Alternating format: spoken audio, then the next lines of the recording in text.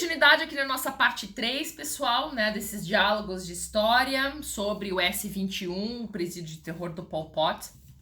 Agora, especificamente, eu vou falar mais sobre o próprio presídio, tá? Que é o recorte que eu quero fazer.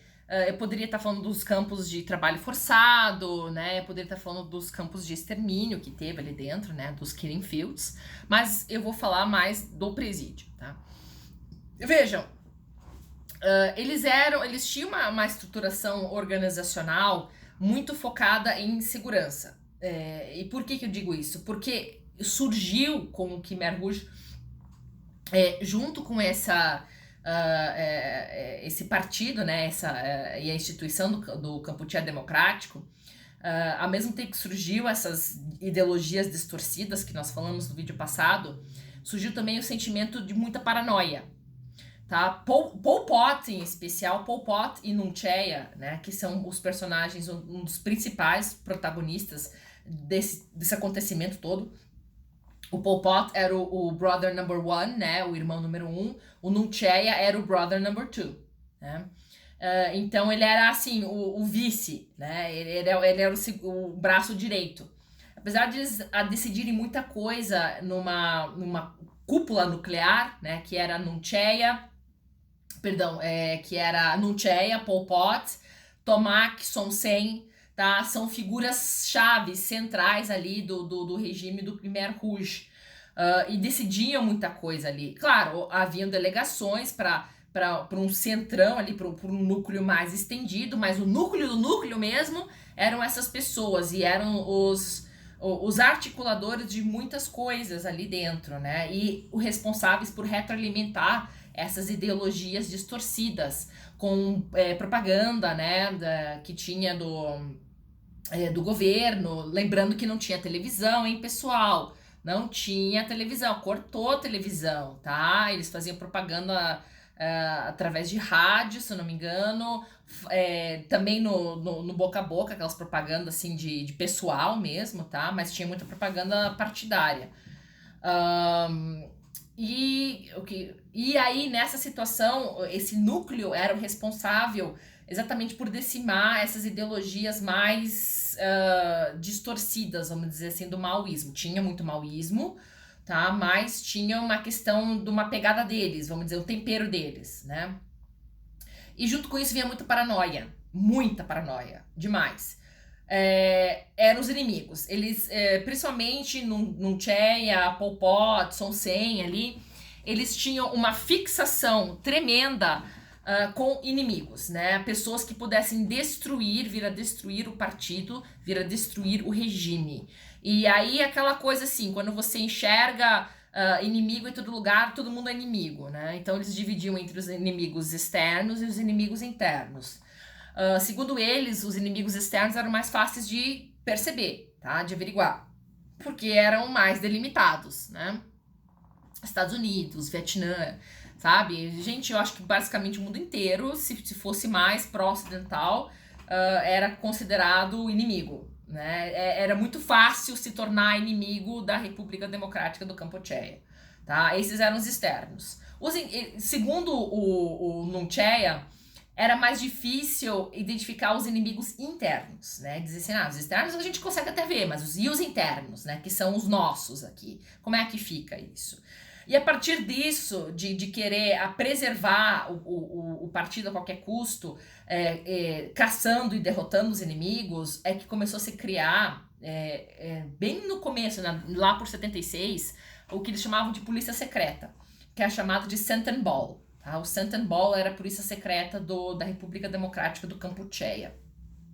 Para que servia isso? Ora, exatamente para manter o regime, né? Principalmente para você capturar os inimigos internos existentes ali, né, dentro do Camboja, para que você pudesse preservar então a continuidade, né, da revolução e os ideais do partido. Só que isso, você bota numa mão de um pessoal paranoico, isso vira uma bomba relógio, tá? Então, a partir do Santen Ball é que se criou alguns centros em que se detinham os inimigos, as pessoas que eram acusadas de, né, se revoltarem contra o partido, contra as ideias do Angkar. E aí que se gerou essa prisão. Existiam mais prisões no Camboja? Existiam.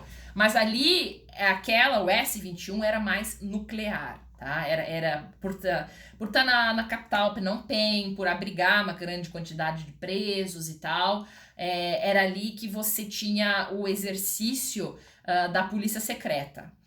E era um presídio, tá?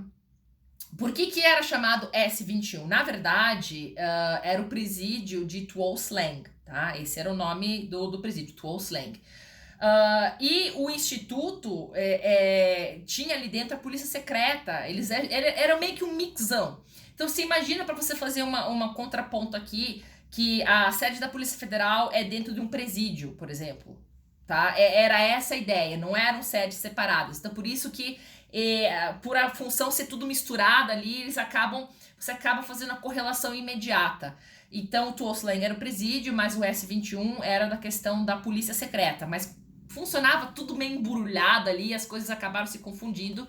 Então é meio que uma análise igual ali que você faz, né?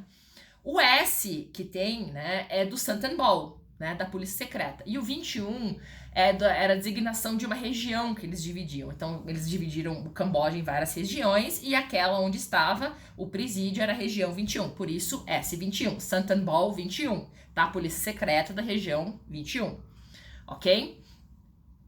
E aí, então, que surge esse presídio, tá? Então, se eu falar Tuol Sleng ou S-21, entendo como sinônimos nesse caso, ok? Porque a gente vai fazer essa correlação, que eles acabaram meio que virando um 6 e meia dúzia ali, um 2 em 1, né? O Tuol Sleng, pessoal, acredite se quiser, era uma escola antes, tá? E isso que torna, acho que, mais triste. Então, na década de 60, aquilo ali funcionou como uma escola primária primeiro, depois passou uma escola para ensino fundamental, né? E era uma área muito grande, uma área bem grande, que tinha 4 prédios ali, de 3 andares cada, né? Então, era a escola de Tuol Sarvi Pray, se eu não me engano, me perdoem a pronúncia, eu não sei falar Khmer, tá? Mas era a escola antes Tuol Sarvi Pray, tá? E com a entrada do Khmer Rouge no poder, eles pegaram esse prédio, né? E transformaram em um presídio, que depois eu vou mostrar as fotos para vocês como é que ficou. Eram 4 blocos, né? E nesse presídio era levado pessoas que seriam interrogadas, tá? É nesse presídio que você cuidava dos inimigos, vamos dizer assim, dos inimigos do regime. Como é que funcionava? Bom, primeiro você tinha um diretor, né, tinha 2 diretores, na verdade, mas um era o mais, vamos dizer, o mais pica-grossa, né? O nome dele era Duck, era o pseudônimo dele. E ele reportava diretamente para a alta cúpula do Khmer Rouge, né? Então o S-21 tinha uma relação muito direta e muito próxima com a alta cúpula ali do Khmer Rouge, aquele núcleo mais sólido ali. E era muito importante isso. Por quê? Porque como eles eram neuróticos, eles eram psíquicos, né? Eles queriam manter as coisas sob controle de tudo quanto é forma possível, para não deixar os inimigos vencerem, né? Era paranoico mesmo. Então o S-21, ele tinha várias funções ali. Ele era um presídio, ele era um centro de interrogação, ele era um centro de investigação, mas mais triste e mais importante que isso, ele era um centro de extermínio, tá, pessoal? Porque de presídio, apesar de terem presos, as pessoas ficarem detidas lá dentro, ninguém era solto. Ninguém nunca era solto lá, não quis solto. Você não vai cumprir pena aqui, você vai ser morto aqui, tá? Então é importante que vocês saibam isso. E naquele centro ali, ele servia também como um centro de julgamento. Porque, veja, lembra que, assim, catapultaram, né, para o Camboja para a Idade Média. Então, acabou o poder judiciário. Que ir na frente de juiz, né, para pleitear seu caso? Que mas não é juiz, não tem nem audiência, nem nada, né? Você vai ser condenado ali na lata. Então, o S-21, ele tinha também esse propósito de servir como um órgão julgador. Muito entre aspas aqui, tá? Porque de julgamento não tinha nada. Se dizia que era e acabou, né? Não adianta desmentir, tá? Então, por mais que as pessoas ficassem detidas lá, elas nunca eram soltas, elas eram exterminadas, elas eram executadas, tá? Novamente, os números são conflitantes, tá, pessoal? Eu li em algumas fontes, né, que era 12 mil, que chegou a passar ali pelo S21, e outras fontes ali 15 mil. Então, vocês terem mais ou menos uma ideia de quantas pessoas passaram por ali. E dessas, entre 12 ou 15 mil, também tem um número conflitante. Somente sobreviveram 12, tá? Eu vi 12 e eu vi 7. Eu trabalhei com 7, tá? Mas eu também já vi fontes dizendo 12. O que importa aqui, pessoal, só faz uma correlação, que seja 12 mil pessoas só sobrevivem 7, é muita gente. Ali fora os outros locais, tá? Ali especificamente foram muitas pessoas sendo mortas. Então por isso que eu posso afirmar com assim, a boca cheia, dali você entrava e não saía mais, tá? Você era morto. Eventualmente, em algum momento, você era morto, ok? E para que servia isso? Bom, ali era para fazer então o expurgo, né, dos inimigos que eram acusados e eventualmente matá-los, exterminá-los, né? E como é que funcionava esse processo? Bom, primeiro você chegava, primeiro assim, só um esclarecimento prévio. Pessoal, não sei se vocês pararam para prestar atenção, mas eu falei que era uma escola antes, tá? E era uma escola no meio da capital, de Phnom Penh, tá? Era na cidade. E aí, como é que tá? E era assim, super segredo, gente. Eu não tô brincando. Eram poucas pessoas que conheciam sobre esses presídios, entre os próprios cambojanos. Né? Por quê? Porque era muito segredo. E tem poucos documentos, não se encontrou, na verdade, documentos que atestassem para o começo, de como se começou esses presídios. Se encontrou para um vestígio posterior dos prisioneiros. Mas de como ele se formou, quem informou sobre quais ordens e tal, qual que era realmente o propósito, não se acharam esses documentos, porque eles eram, não tinha, queima, elimina esses documentos, eu não quero nem saber. E como o diretor do presídio só reportava para o núcleo diretamente, né, do Khmer Rouge, então não tinham intermediários ali. As pessoas que trabalhavam no presídio, né, que tinha, né, eram jovens, homens jovens entre 18 e 20 anos, eram do Khmer Rouge, pertenciam ao partido, era para ser, a princípio, fiéis, mas mesmo porque eram muito vigiados. Mas quando eu digo muito vigiados, é muito vigiados, tá, pessoal? Não é aquela coisa assim, eu bati meu cartão aqui no dia de serviço, vou lá para casa desfrutar aqui do meu chá, do meu café. Não, nada disso. Se dormia lá no local do trabalho e tal. Era uma instituição bem fechada para manter esse controle. Outra, não tinham pessoas na cidade. A cidade foi evacuada. Não tinha ninguém na cidade. E ainda mais em volta daquela região, por causa dos gritos, das torturas que vinham, eles limpavam a vizinhança. Então não tinha ninguém morando ali perto para ver. Nada, eles limpavam. Era só realmente a questão do presídio. E também, fundamentalmente, pessoal, ninguém saía vivo para contar, né? O morto não fala. Então, era uma prisão muito secreta, tá? Tanto é que foram descobrir da sua existência somente com o fim do regime do Khmer Rouge em 79, tá?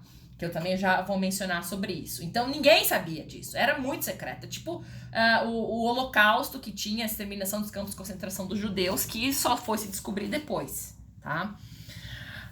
Mas então, como é que funcionava, né? Nem os próprios cambojanos sabiam, né, que tinha isso. Então, quando eles chegavam nesse lugar, era uma surpresa. Primeiro que eles chegavam de olhos vendados. Isso também ajudava na questão de manter segredo, tá? As entradas e saídas de prisioneiros, quando tinham, pouquíssimas, né? Que só eram realocados do presídio para um campo para serem exterminados, no caso, mas era tudo de olhos vendados. Então, você chegava de olhos vendados. Você chegava, você tinha que dar a mão, eram vários prisioneiros em fila, então um dava a mão pro outro, todo mundo gritando, era uma loucura. Se não, geralmente era mais de noite, né, para também não dar a localidade do presídio, de olhos fechados e à noite. Aí você chegava lá, os cambojanos perdidaços, os prisioneiros, que lugar é esse? Onde eu tô? O que eu tô fazendo aqui? Quem são vocês? O que tá acontecendo? Ninguém sabia nada. Ninguém explicava nada, ninguém dizia nada. Você está sendo aqui acusado de traição. Não, ninguém falava nada. E é um dos pontos marcantes que foi desse presídio, que foi também que deu um dos principais combustíveis, vamos dizer assim, do que existe no museu hoje em dia, que hoje em dia ele é um museu. São as fotos, as mugshots que eram tiradas. Então o prisioneiro chegava, olhos vendados, assustado, ninguém explicava nada, tirava o capuz, tirava a venda, fica aqui, você vai tirar uma foto, né? Por quê? Porque era tudo documentado, pessoal. Apesar de ser uma questão muito secreta, por incrível que pareça, eles eram bem burocráticos nesse sentido, mas bem burocráticos. Então todo prisioneiro que entrava, ele tinha uma foto tirada, que eles chamam em inglês de mugshot, aquela foto aqui, né, que você tira e tal, quando você entra no presídio.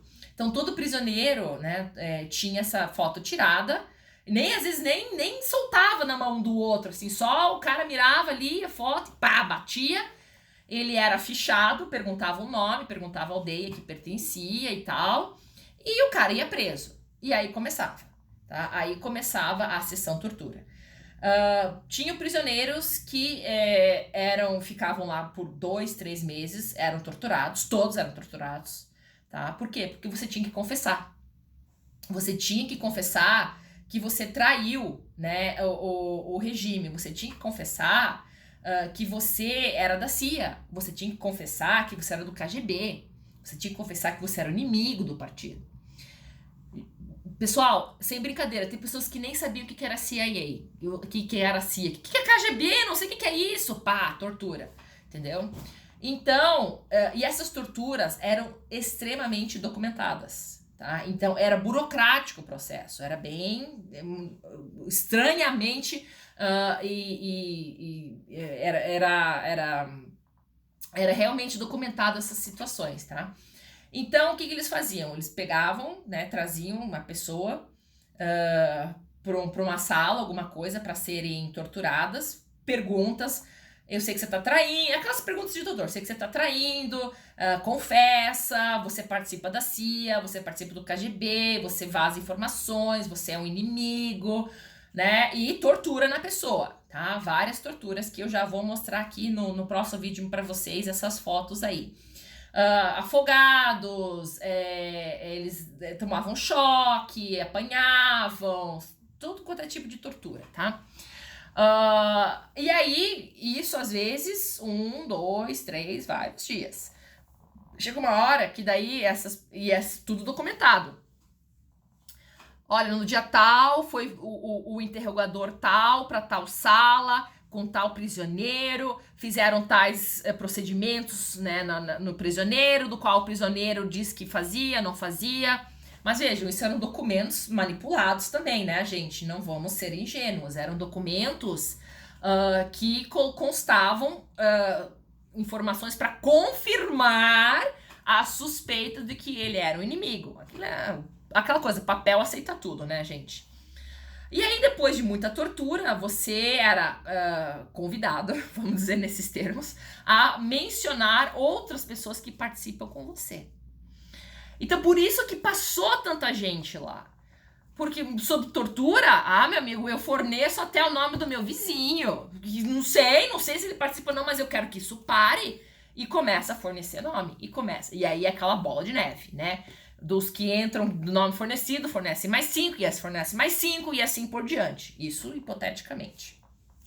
Então você vai ver que muitos dos prisioneiros, 95 a 98% dos prisioneiros no S21 eram os próprios cambojanos. E eram pessoas que eram do partido, participavam do Khmer Rouge, que eram do Partido Comunista da Campucheia, que faziam parte do Khmer Vermelho. Eram os seus próprios membros, às vezes, muitos dos seus próprios membros que eram torturados. Porque eles eram denunciados se era verdade ou não, não interessa, né? Ninguém sabia mais nem seu nome naquela altura do campeonato, de tanta tortura, né? Eram denunciados pelos companheiros de partido. Então fulano eu sei que faz parte da CIA. Pronto, falei o que você queria ouvir. E aí traz o fulano, né? Ou então pela própria neurose e psicose daquele núcleo central ali, né? Que tinha uma linha direta com o diretor, falou, tá aqui, fulano, tô desconfiada que esse cara aqui é inimigo, tá nos traindo, manda ele pra prisão. Bum, prendia o cara, começava todo esse processo, tá? Então é muito significativo que eles tenham documentado isso, pessoal, por mais assombroso que seja, isso nos possibilitou a entender o que se acontecia dentro da prisão, como é que funcionava o pensamento deles, a burocracia, a divisão de tarefas, né? Exatamente para que a gente possa entender o nível de atuação deles, que era absolutamente asqueroso, né? Era muito cruel, era realmente muito cruel, tanto é que ninguém saía vivo de lá. Muitas pessoas morriam durante o processo de tortura, ou morriam de fome também. Hospital lá, hospital, tinha acho que no máximo alguém que entendia de uns primeiros socorros básicos ali para manter o cara vivo, para torturar mais. E olha lá, tá? E era assim um regime muito rígido. Então, o prisioneiro não podia falar entre si, não podia falar com os guardas, né? Não podia falar com o interrogador dele, podia responder as perguntas, né? Mas era um regime que era assim, pessoal, era muito pesado. E tinham, vale a pena para vocês entenderem como é que funcionava isso, comentar sobre as regras do presídio, né? Porque quando você chegava lá, você tinha uma série de regras que tinham que ser seguidas, né? Inclusive isso tá no próprio museu hoje, escrita essas regras. Às vezes não fazia muito sentido porque às vezes nem eles se entendiam entre si, mas para vocês sacarem a dureza da situação que era lá. Então, me permitam ler aqui para vocês. A primeira regra, tá? Você deve responder de acordo com a minha pergunta, não se esquive. A segunda regra, não tente esconder os fatos fazendo pretextos disto ou daquilo. Você está estritamente proibido de me contestar. Só um parênteses aqui, pessoal. Isso aqui é uma tradução, tá? Do Khmer pro português. Então, às vezes, ela não parece meio truncada, tá? Mas no Khmer deve fazer um pouco mais sentido. É o que eu consegui, tá? Mas eu acho que dá para entender a situação global. Regra número 3. Não seja tolo. Você é um sujeito que se atreveu a impedir a revolução. Regra número 4. Você deve responder independentemente às minhas perguntas, sem perder tempo para refletir. Não pode parar para pensar, tem que responder. Número 5. Não me fale sobre suas imoralidades ou o significado da revolução. Número 6. Ao obter chicotada ou eletrificação, você não deve chorar. Número 7. Não faça nada, fique quieto e aguarde as minhas ordens. Se não houver pedido, fique quieto. Quando lhe peço para fazer algo, você deve fazê-lo imediatamente, sem protestar. Número 8. Não use o Kampuchea Krom, que é o Kampuchea democrático, né? Para esconder seu segredo ou justificar sua traição. Lembrando que muitos pertenciam ao Khmer Vermelho, tá? Muitos pertenciam ao Partido Comunista da Kampuchea. Então, eles estavam fazendo isso entre eles mesmos. E, finalmente, o número 9. Se você não seguir todas as regras acima, você receberá muitas chicotadas. Número 10. Se você desobedecer a qualquer ponto dos regulamentos, receberá 10 chicotadas ou 5 chicotes de descarga elétrica.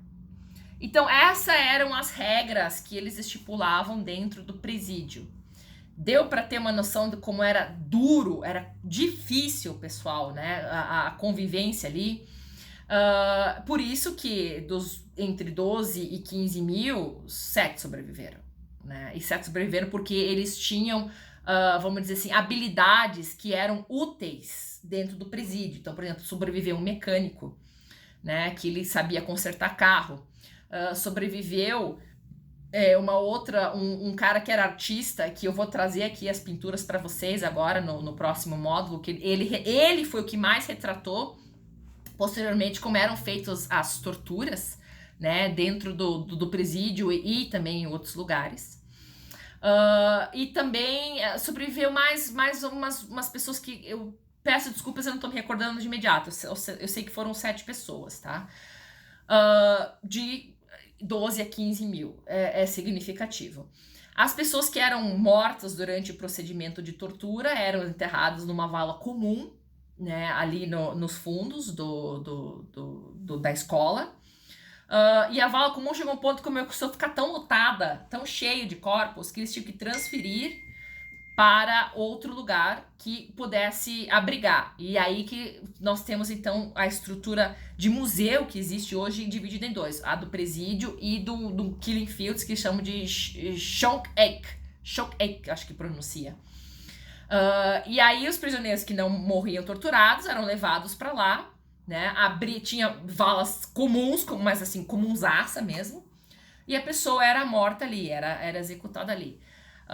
Para economizar bala, eles pegavam, não sei se vocês já viram em palmeiras, que tem uma casca mais grossa que você pode tirar, assim, né? Parece uma pétala que você pode tirar.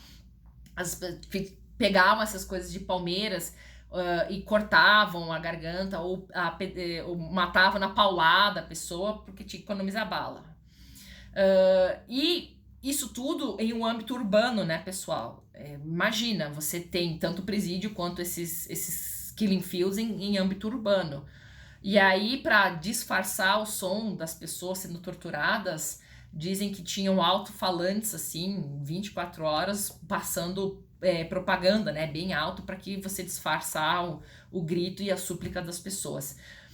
Então, mais ou menos, esse é o cenário e o motivo da existência, né, do porquê que existe esse presídio e como as pessoas chegavam até lá, né, e que nem tinham noção do que estava acontecendo. Tinham estrangeiros? Tinham, a maioria vietnamitas. Eu sei que tinha um que era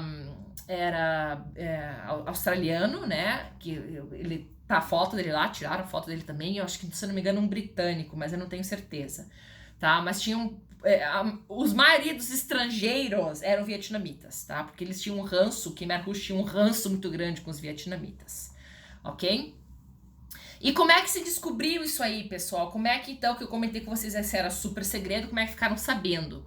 Em 7 de janeiro de 79, né, foi o fim, assim, derradeiro do Khmer Rouge, né? Acabou o domínio deles. O Vietnã colaborou muito com isso. Eles invadiram o Camboja para acabar com isso. E aí que eles foram descobrindo o que estava acontecendo ali de verdade, porque ninguém tinha uma noção, uma proporção do que estava sendo feito. E aí, especificamente, o S-21, ele foi descoberto por jornalistas, fotojornalistas vietnamitas que estavam andando pela cidade da Phnom Penh e sentindo um cheiro fortíssimo. Aí eles entraram, né, lá dentro desses complexos e descobriram que se tratava de uma prisão. Inclusive, para você ver como era tão asquerosa a situação, um pouco antes desses repórteres descobrir o presídio de Tuol Sleng, haviam ainda pessoas ali dentro e aos 45 segundos do tempo ainda exterminaram 14 pessoas. Então, quando os repórteres chegaram, eles encontraram corpos não frescos, assim, mas devia ter uns 2, 3 dias ali de pessoas que tinham sido recém-torturadas e recém-mortas. E tiraram foto disso. E eu vou mostrar para vocês, tá? Eu vou mostrar essas fotos para vocês, que inclusive tá lá no museu. Então, eles acabaram... Aí que eles descobriram o que aconteceu. Tinham muitos documentos espalhados, muitos, porque eles guardavam todos esses registros de forma minuciosa das torturas que aconteciam, quando aconteciam, quem entrava, quem morria. Às vezes tiravam foto quando a pessoa morria, né, das torturas, também faziam isso. E não deu tempo deles se livrarem desses documentos. Então, quando chegaram esses repórteres vietnamitas, eles descobriram todos esses documentos que depois eles vieram organizar e possibilitaram